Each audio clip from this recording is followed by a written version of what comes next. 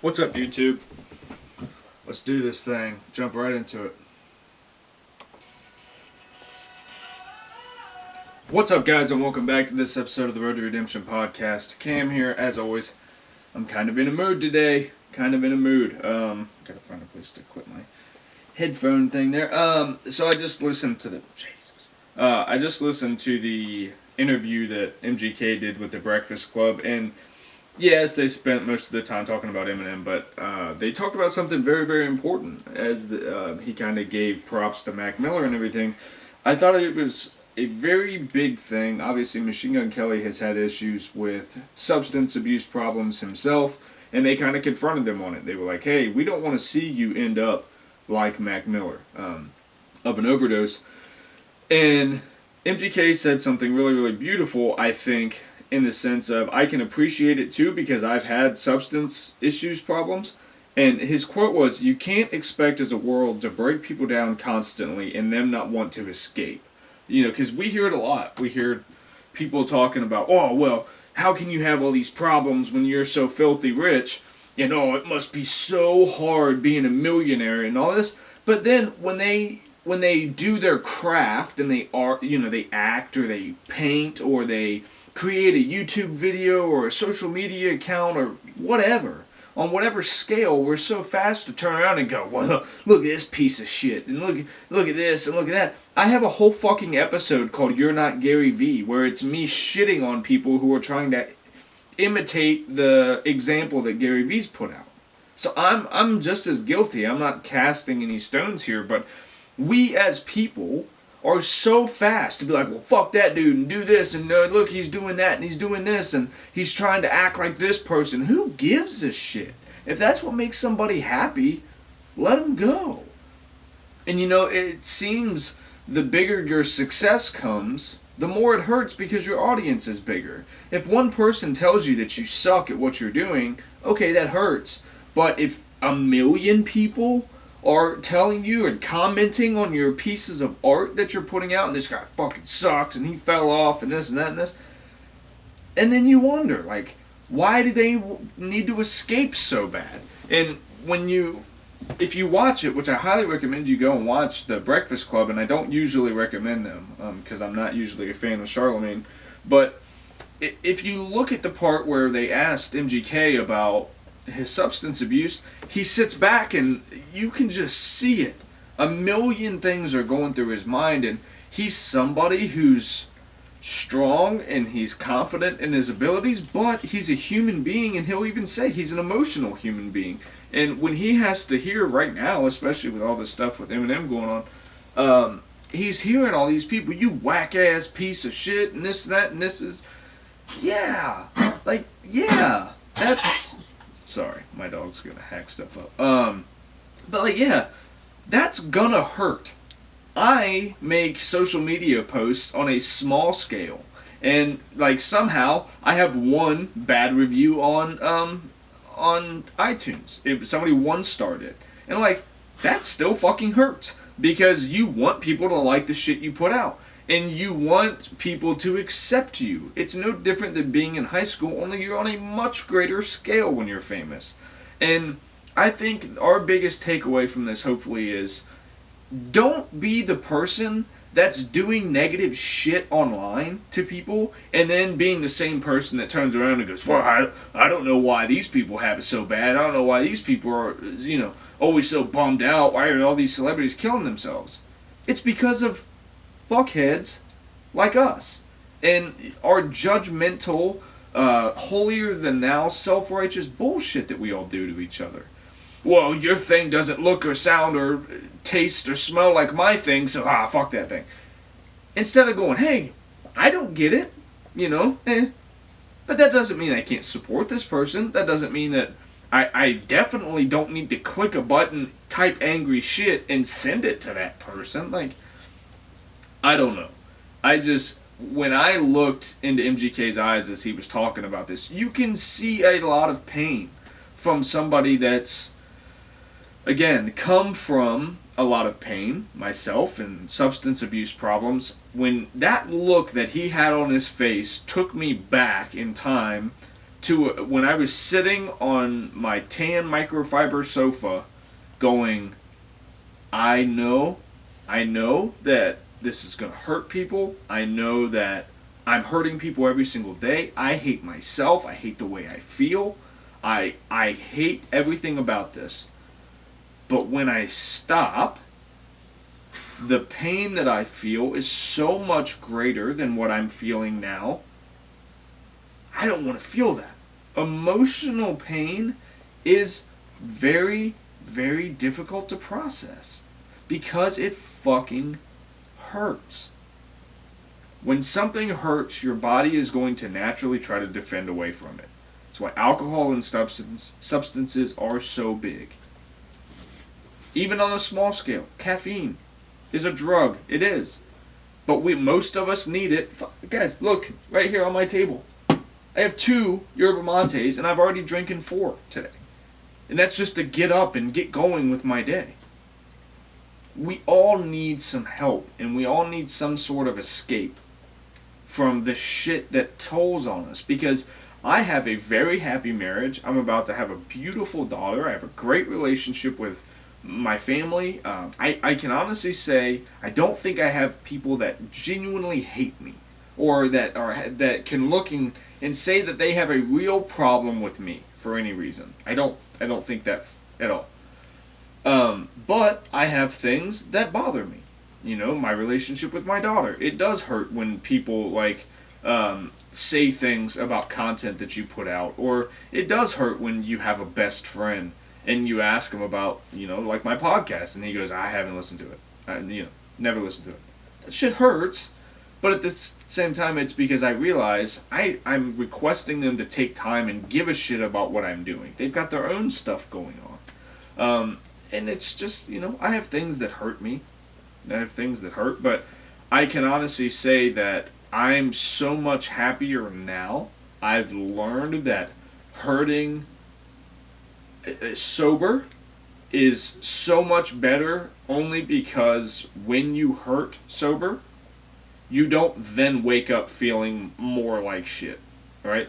From somebody like me, I would have to drink to be able to be out in public. My anxiety would be so bad, I couldn't sit at a restaurant without drinking beer and having a buzz because I just didn't have the ability to stay calm out in public and stuff like that. And then it turned into, well, now I have to drink to sleep, because if I don't keep drinking after I go out to the restaurant, then I'm going to start to feel like shit as I lay down to bed, and I can't do that.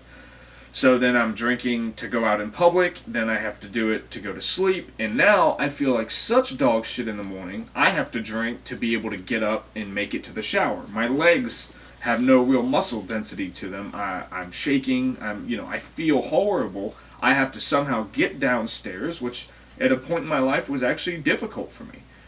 To use the muscles in my legs to walk in a hangover state was very hard. So I'd get down and start, I'd have to get about 2 beers in me. Then I could function to get in the shower and brush my teeth and get dressed. Have about 2 or 3 more beers, get to work, have a thing that I've got, whiskey or something in that's mixed with something strong like a cinnamon, so my breath doesn't smell crazy. And then I could, go through my work day. And then after that, I would have to drink to be able to either make plans to go out, or because I didn't want to sit around home bored, or thinking about anything that I may have to get done. But it's all relative to the fact of you're avoiding shit. You're avoiding shit. Because now when I go out to eat, I still get anxious. I still feel like people are looking at me, and I still feel like, if something was to happen in this building, how am I going to do this? How am I going to do that? But now I've walked into that room enough times and come out alive that now I'm not afraid of it anymore. It still is unpleasant when I think about it, when I think about those feelings welling up of anxiety, and when I feel about like the sadness of that the relationship with my daughter is not the way that I wish it was. But at the same time, I don't let that wreck my entire world now. And when somebody leaves a mean comment on my social media or somebody DMs me something crazy, I don't let that be the reason that I go down to the store and buy alcohol anymore. I just go, okay, I get it. Not everybody likes me. That hurts. It's a reality of life, but not everybody's going to like me. There's going to be people who actually despise what I'm doing and hope that it never works out. But at the same regard, I can control how I respond to it. And if I respond with kindness and love and everything like that, and I just stay sober, my day the next day is so much better. But I know that I'm kind of rambling here. I just want to encourage people. I want to encourage people to speak to actual people. Talk about the things that are bothering you. Celebrate the good things in life too. That's a hard one in recovery, especially when you first go into any kind of substance abuse recovery. It's about bearing all the pain and all the hurt and getting all that shit out, right? And then that becomes a part of your lifestyle, is you always talk about your feelings and you always talk about how things hurt you and how that feels. But then most people don't continue on to the part of, now be grateful for the things that go well, right? There's hurt, there's pain, but there's an amazing relationship with my wife. A brand new baby girl who's coming. Financially, we're okay.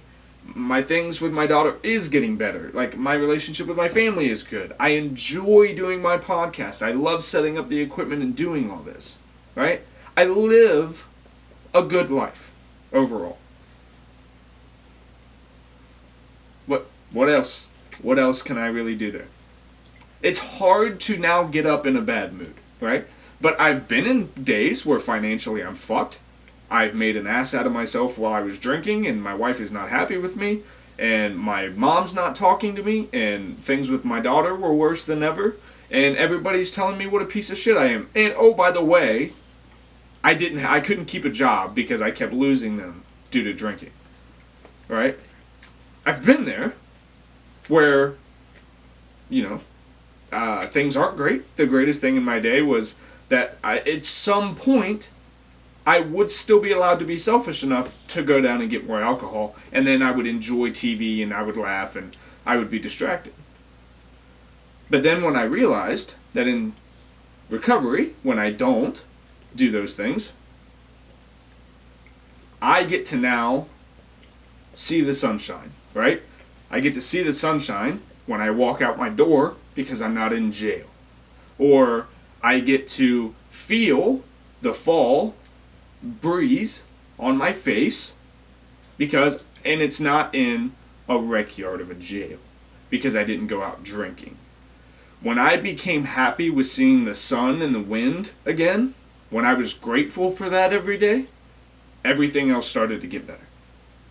That was a very pivotal moment in my life when I looked up at the sky and said, I am grateful for the wind, for the sun, the warmth of the sun, the people moving around. I'm grateful to see every single one of these things because yesterday I couldn't.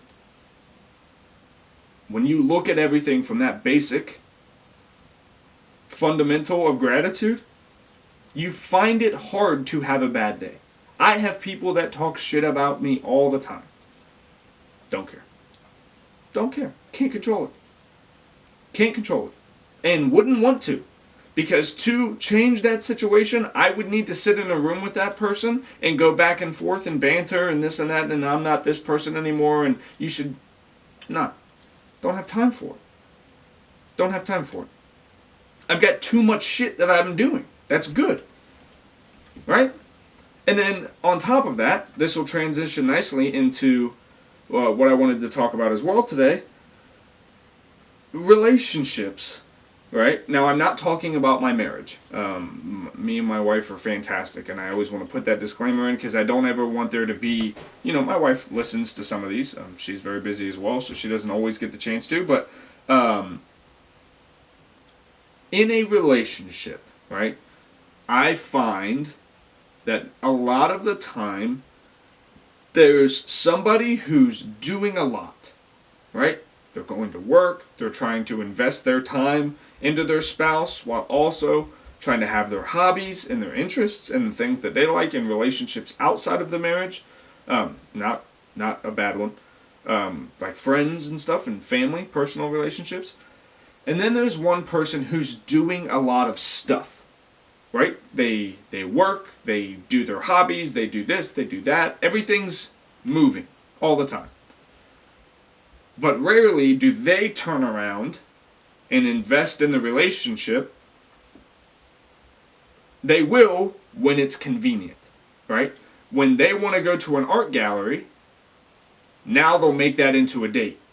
But they're going to the gallery anyway. Or if they want to go to a concert of a musician they like, they'll make that a date thing, but they would have gone if the date wasn't there. Make sense? You get it? Where in the situations that I'm seeing, the other one who's putting into the relationship, they'll go on that date because it's a date with him, even though they don't really enjoy the concert that they're seeing. But if they weren't together, they would have been doing something else, whatever they like to do, right? And I find we treat the people who we love the most like shit, because you expect them to be there the next day. You expect them to always put up with the way that is because everybody's comfortable, right? We're married now. Where are you going? It's bullshit. It's bullshit. Let me explain something to everyone.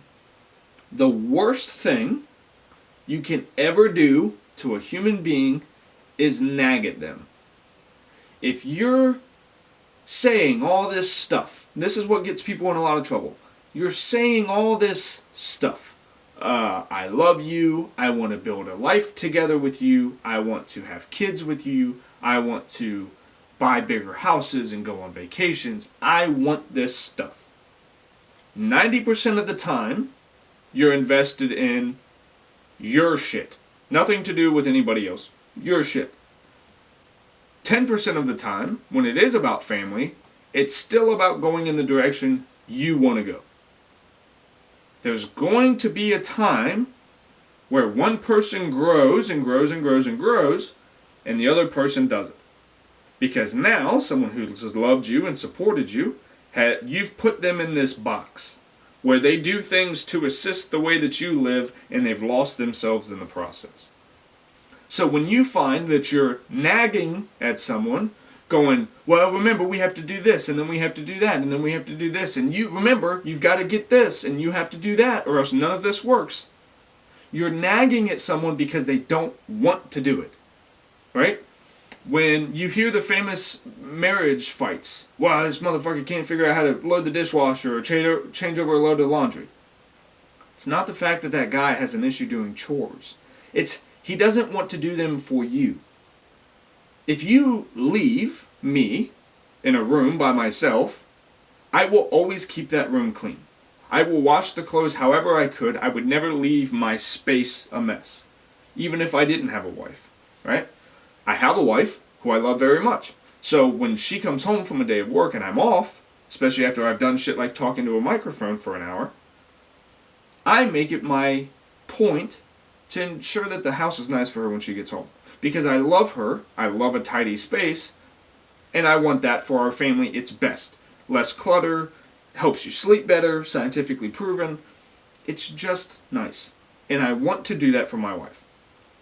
When you have very little regard for the other person, and you're making them live in this life that is just kind of the feature to your life, they don't have a lot of purpose. So keeping a clean house doesn't really matter, because now they usually suck themselves into a TV show, a YouTube channel, the gym, something. Something else outside of that. Now people start growing apart, away from each other. So watch. In every relationship that you have, are you constantly negotiating and always compromising, and are you the feature? Or are you constantly on your other's ass about something? hey, you didn't do this when I told you to do that, and then when you didn't do this, this caused this to fall apart. Now I can't do this, and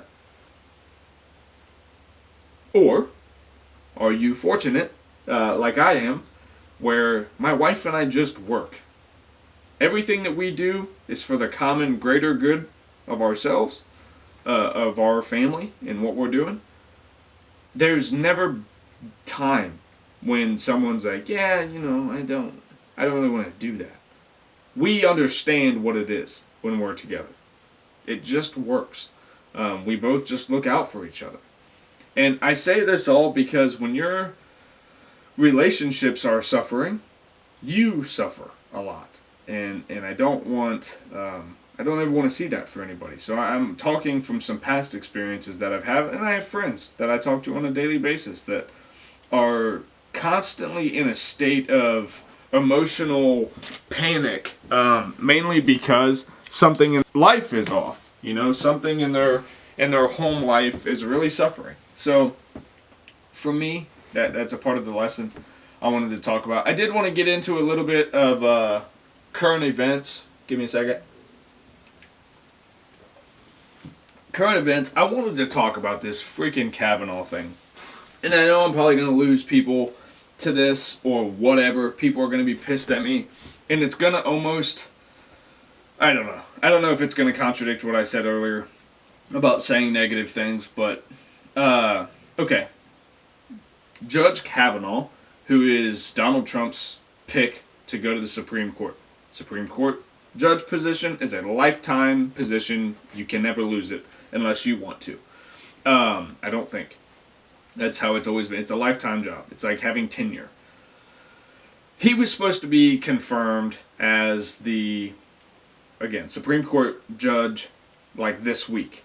On Monday, I think, a lady comes out and says 35 years ago, when he was in high school,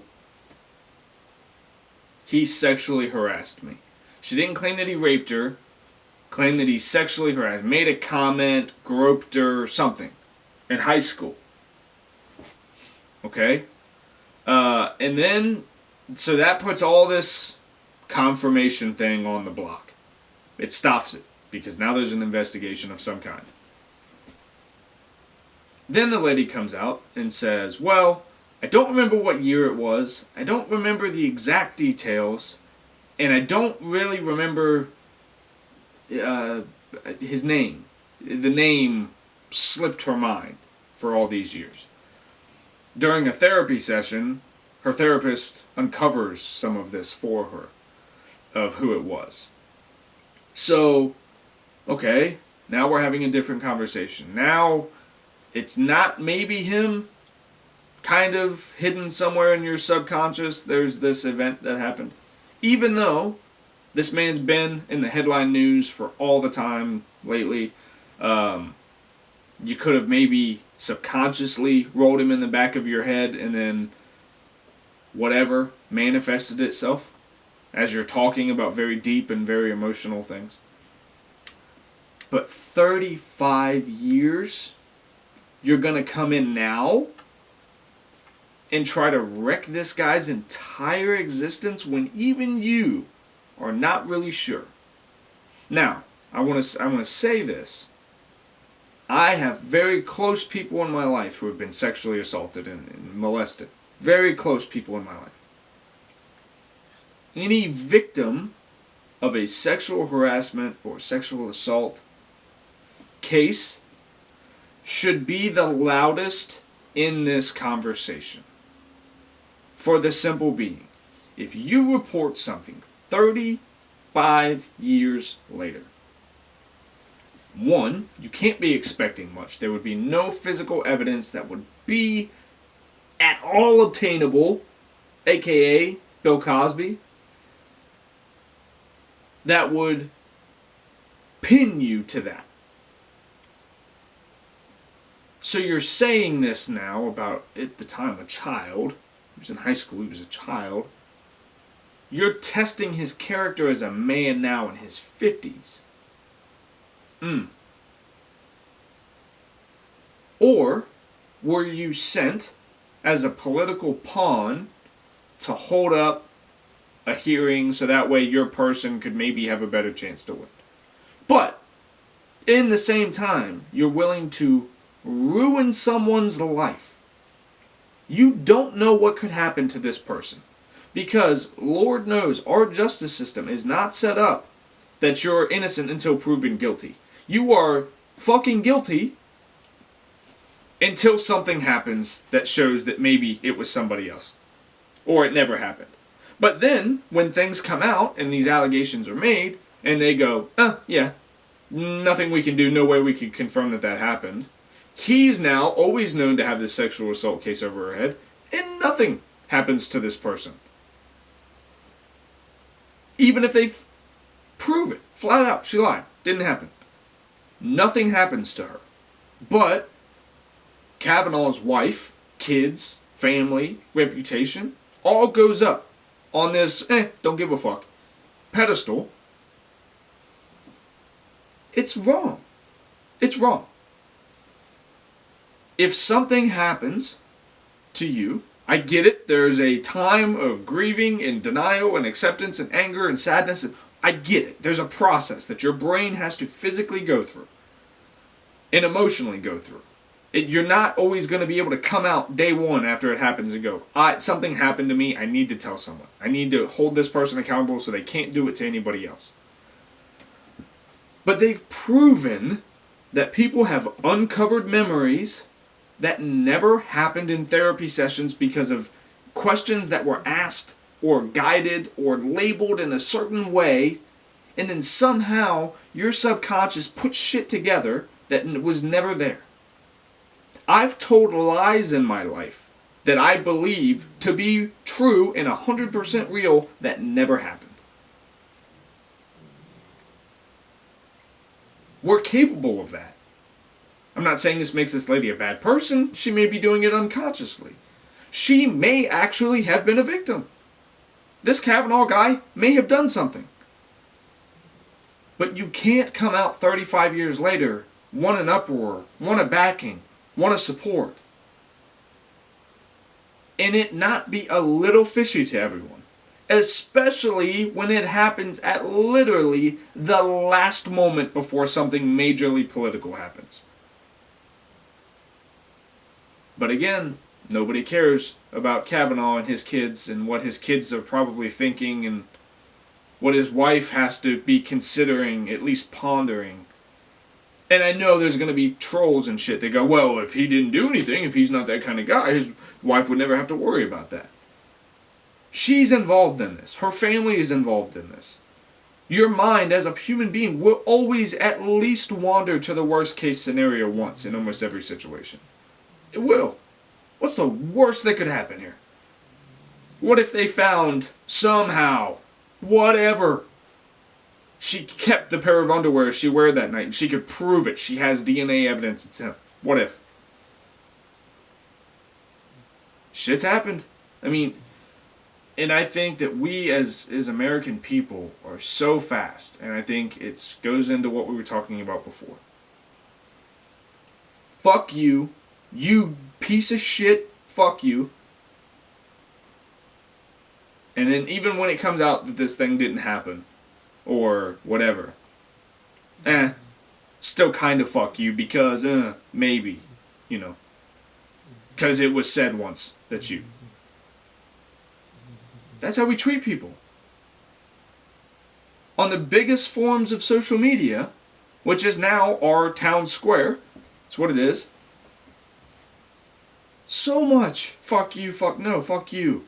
Hey, fuck you. Why? Why? And I know it probably sounds like I've gone way too deep into these, internet rabbit holes and stuff, but guys, this is real. Now again, I want to also say this. I think that those voices, the fuck yous, are the minority. It's not the big common group of people. But the fact is, people are being emotionally manipulated and having their minds altered. Your reality is only your perspective. You only gain perspective by the things that you consume in, right? Whether those be true or false, it changes your perspective, which changes your reality. How you see things, that's your reality. But there are people that walk around thinking that all this shit is bad and there's all this bad stuff. To them, that's their reality. There's all this hate and there's this division and there's this. There is a little bit, but the majority of people are still good. But because there is that, I think we're at a prime time in our lives now that we can go, okay, there are serious problems out there. With serious problems are going to come attention. It's just the way things work. When attention is there, there's always going to be people that cry wolf because they want that attention as well. And they're selfish sons of bitches and they don't care. They want what they want and they'll do anything to get it. And then after that, there's a rubble pile of, okay, we've got all these problems. This shit is broken. It's broken. I don't know the first thing about cement work. I can't fix this road. But I know this shit's broken. This road leads to my house, is where I live. It's got to get fixed. Because I can't live like this. I'm going to have to somehow get my car out to go to work. I don't know how I'm going to deal. This road is broken. Somebody fix it. As human beings, we're very emotional people. We get very emotionally attached to things. So when the smallest inconvenience happens inside of our own personal lives, we turn to this stuff now. For entertainment, for quick distractions, to escape, like I talked about in the beginning. Then, now you're emotional about shit, and you're here, clickbait comes up that just happens to be something that would really fucking make you mad, would really just grind your fucking gears. Somehow, it ends up on your timeline. I'm not going to go into why that happens. Now you're here, and you're a cocksucker motherfucker. Now you're that person that causes shit to happen in other people's lives. Just because you needed an escape and someone inside of that cesspool of life manipulated your need for an escape. Trust the sources of your escapes. When people show you that they don't give a fuck about you, believe them. If someone has been treating you like shit, believe them that they show that they don't give a fuck about you. Leave. Go away. Live a better life. It's going to be harder, but I'm a living example. If you leave when people show that they don't give a fuck about you, and you leave, things suck for a little bit, and then they get significantly better. And then guess what? Now your life is happy. You're good inside the walls that you live in. Things aren't perfect, but they're good. Now I don't need to go to this all the time for things. I don't need gratification through Instagram. And you know what's funny? Last night I posted a picture of my wife and I put likes and followers will never beat genuine love and support, right? And I'm shitting, kind of, on likes, followers, the Instagram, whatever, the Instagram addictions that we have in this country. And this picture, as we speak right now, is sitting at 966 likes. That's more likes than I've probably gotten in a couple months since I stopped taking my shirt off on Instagram. So as I'm saying, screw the likes and followers, fuck them, right? Doesn't mean much in the real grand scheme of things. Even though I appreciate them, I love when people interact with me, but it doesn't define me anymore. I'm not escaping to Instagram to try to make my life what I wish it would look like. I'm building a life that I love. So I don't need that anymore. I've matured from that. I still love it. I still get upset when a picture bombs. But then it does better than they ever do. And then it kind of draws you back in. You're like, see? I love this. Look, people are good. People love this. People are saying, yeah, fuck the likes. Sorry, I'm swearing a lot in this. I'm sorry. I'm going to get DMs of people being like, dude, you swore a lot today. I'm sorry. Yeah. So that's kind of where I've been at this morning is... Man, I just want to see people live their best life possible. I really want to see people live their best life possible. And I know what's out there, and I know how bad sometimes it hurts.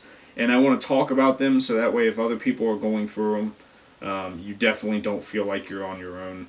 I don't ever want anyone to feel like they're going through this life on their own because they're not. Every problem that you're going through, I'm sure other people have gone through as well. So... know that. And let's go on a little bit of a lighter note. I've already been talking for 36 minutes, and I've also kept the YouTube camera pretty well. If you guys keep hearing that my voice goes in and out, it's because I go over and stop and restart the camera because it will shut off. Let's take it on a lighter note. My wife got me this flannel. She knows how much I love flannels, and I've told her forever I don't wear winter coats. They're too, especially the big like 90s kid ones. Looks like you're wearing a fucking air tube around your shit. Hey, guys, I'm gonna cuss a lot in this episode. Sorry, I don't want to hear it. I'm not gonna keep trying to censor it. Yeah, and I don't like them, but I never wear a coat in the wintertime. I've always been one of those people. I'm an asshole. I'm an asshole. I wear shorts in the wintertime with sandals, and I wear hoodies and long sleeves in the summertime. Because I'm a fucking asshole. I don't know why I do it. I don't know. I enjoy it. I also used to wear 2 pairs of basketball shorts under all of my jeans. Why? Don't know. Always did it. I used to wear my socks halfway off my foot. And it drove my parents and my grandparents insane. Why do you do that? Why do you wear your socks like that? I don't know. I just do. Don't know. Anyway, I got this flannel, and I told my wife, I said, I've always wanted one of the ones with like the sheep's wool stuff on the inside. They're warm. This would be my winter coat. Guess what? It's not my birthday. My wife brings me this. It's a nice flannel. It's comfy. It's cozy. The sleeves are a little too short for YouTube, if you guys can see that. Sleeves are a little too short, but that's the curse of being a, as I call them, long-faced skinny bodies. I'm 6 foot. I'm 170-ish pounds, and I wear a medium. So I have long limbs, but I also have a long torso. So either the sleeves are a little too short, and the size going down the sides fit good, or it's a belly shirt, but my sleeves are good. You roll them up, Jack, because this thing's comfy. Roll them.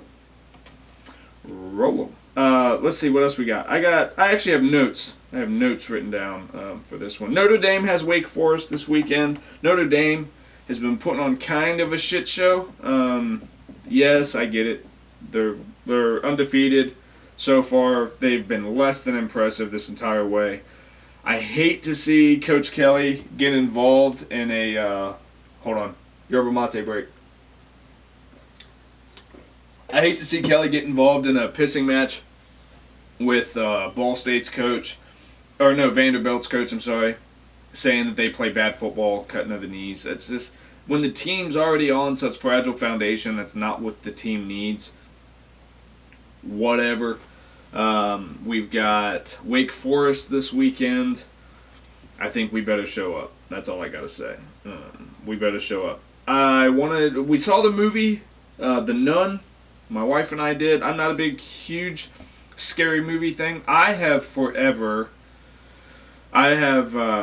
hard line in the sand in my life when it came to scary movies. I never fuck with things that are possessions, demons, evil. I don't fuck with it. Nah. It's not entertaining. I don't believe that's something you mess with in your life. Where I don't really believe that there's a monster out there, and by opening up this thing, you invite a monster in. I don't really believe that, but I believe that negative energy and evil is really out there, and when you entertain that type of shit, you open your own energy portal up to that, right? That's what I actually believe. So for me, I no longer walk into it. I was raised Southern Baptist Christian. I used to walk into something like that where I would refuse to walk into it.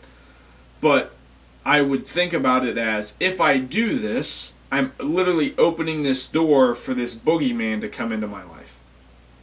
And you've seen the movies. It's very theatrical. You've read the stories. There's a lot of bones breaking, blood snapping.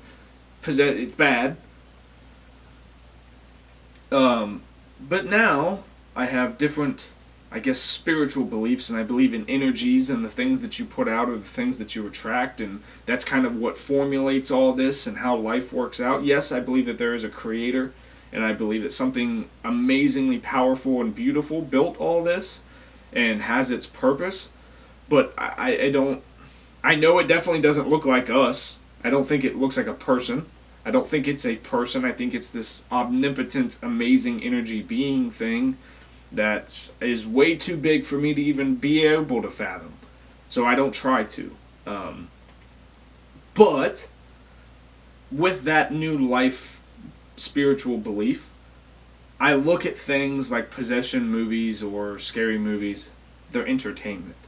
It's entertainment. So if you look at it strictly from an entertainment value, the movie itself was okay. It was alright. I wasn't impressed. As far as somebody who doesn't really mess with scary movies, I like the Halloweens and the Jasons and the Freddys, but I don't want to watch people get cut up for an hour like Saw. I don't want to watch people be brutally tortured. There's no entertainment value there for me. You got a nun. I'm not going to spoil it. And obviously an evil possessed. I think they led to the fact that it was like a demonic thing. Was dressed as a nun and kind of working around this thing. This nunnery, or what, convent? Story was okay. There was a few parts that you're like, oh! And, it was alright.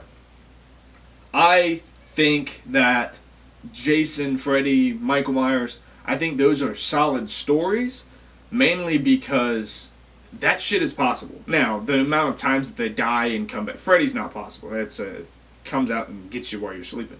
But yeah, I'm gonna rock you fuckers to sleep tonight, ain't I?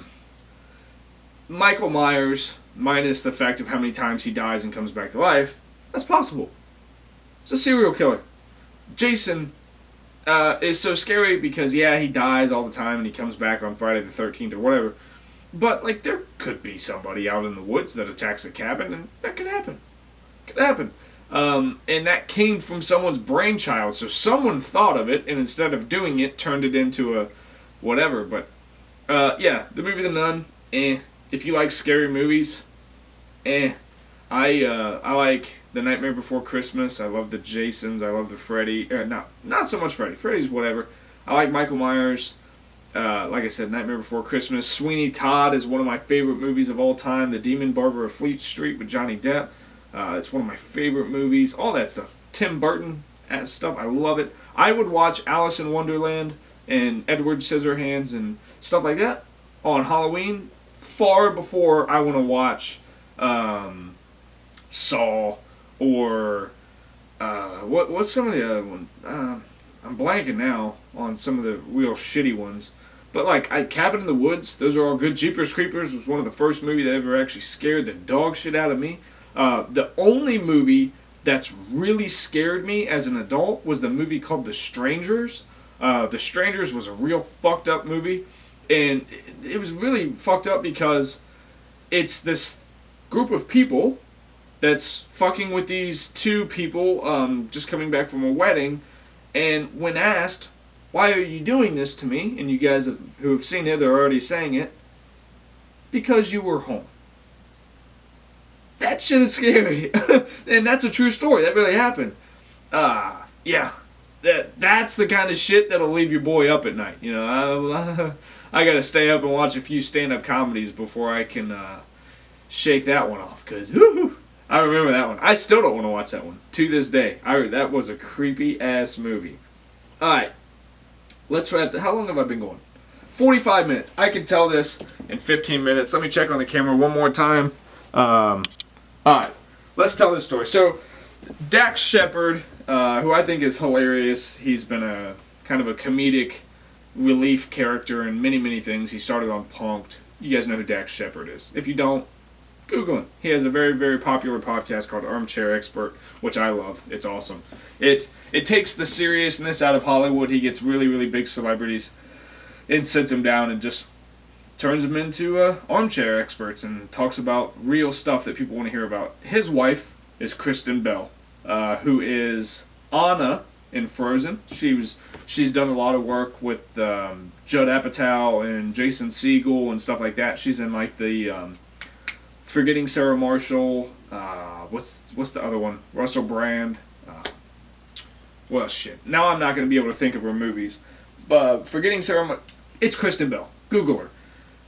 So Dax Shepard has had a lot of substance abuse problems, and I understand I'm talking about substance abuse a lot here, but it's been in the news a lot. And Dax is completely sober, and Kristen Bell came out saying how she will smoke weed, and she will do it around her husband. And there were people that were like, well, this is awful selfish, and there's this and there's that.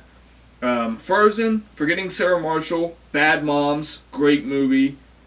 She was in Chips. She was the wife in Chips. But there was another. Couples Retreat was a really, really good one. That's not a Judd Apatow movie. What was the other Judd Apatow movie she was in? Bad Moms, I think, is Judd Apatow, but I thought she was in like a This Is 40 or something. Oh, Get Him to the Greek. Get Him to the Greek. That's what it was. Watch. Someone's going to text me and be like, dude, that's not Judd Apatow. Stop saying Judd Apatow. What the hell was I talking? Okay, so she admitted that she smokes weed around her sober husband. And some people were like, that's kind of selfish. Here's my thoughts. As someone who has an alcohol dependency, I don't drink. My wife is pregnant, so she doesn't drink either currently, and she's planning on breastfeeding, so she's not going to drink even after. But there will come a day when my wife will want to have a glass of wine again. Or she'll figure out how to do that properly while she's breastfeeding. I don't have a problem with that. I understand, and I tweeted about it, I understand that I have an alcohol dependency issue. I don't handle it well, so now I just don't do it. It's not that I can't. I could literally walk out of this studio, go less than a football field away from my house, and buy a case of beer. I don't, because I just understand it's better for my life that I don't. My wife doesn't have that problem, so therefore I'm not going to put an unnecessary limitation on her life because of an issue I have, right? If my wife needed, I don't take prescription medications either. Never have. I don't even take Tylenol. My wife takes some. It's not like I'm going to scour the house for some mind-altering substance just because I have an alcohol dependency issue. When you come to a real place of acceptance and, acceptance for that, hey, this is my problem, it's just something I don't do anymore, could if I wanted, choose not to, like my life better this way, it's not a big deal. It's not something you don't do, it's just something, I don't do it anymore. People want to make sobriety out to be this thing. Well, it's because, are you sure? I have a glass here and it has a liquid in it. Yeah, you sure? And for some people, maybe, I guess that's a problem, but for me, it's just not. I can go and eat at a place and sit in the bar area and not have to get a beer. I've understood that place before where I've sat there and I could not.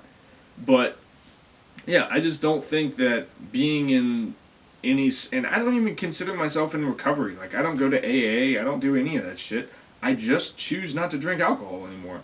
I do use CBD products, and I'm a big advocate for marijuana. So when it becomes legal here in Tennessee, I'll do that. And I don't think that people a lot of the time would say, well, then you're not really sober. If you're taking these, right now I take CBD, which has no psychoactive effect, but some people would say, yeah, but you're not sober. And then What if a day comes that I'm legally allowed to use marijuana, and they'll go, well, you're definitely not sober then because you're getting high from it. That's true. That is true. But I still don't drink alcohol, and I still choose not to mess with any painkillers, so you call that whatever the hell you want. I've just figured out how my life works best.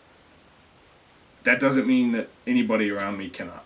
So, with that rambling, I think I've made enough of an ass out of myself for the day. I'm sure a lot of my emails are about to start getting very quiet from people that support this show, because I've probably made myself out to look like a complete asshole today. But it's how I feel. It's how I feel. I do want to take this time out to thank Zigzag Raps. Thank you guys so much for all your love and support, keeping me going, keeping me healed with my CBD. I appreciate that for y'all. Guyeki, Yerba Mates, you guys are the best. Love you so much. I hope that both companies, I believe in them. I believe in them, and I think they believe in me, and I think that they are open to people expressing the way they really feel about stuff. The language was probably a little much this episode, but we're going on an hour. I wanted to thank you guys so much for checking into this episode. If you haven't already tuned out already, if you have not, please subscribe. Leave a review on the iTunes channel if you're listening to me on an Android service. There's I know Stitcher, you can leave comments. I think on Spotify, I don't know what you can do. I don't know. I only listen to podcasts on iTunes and on YouTube. Check out the YouTube for the video telecast version of this. If you guys want one of the Road to Redemption t-shirts, go ahead and DM me at Cam Williamson Official. And with that, I'm going to let you guys roll out of here. I'm not going to do any music or anything this time. Just going to let you guys roll out. It's Thursday. Hope you guys have a killer week. Know how much I love ya. Peace.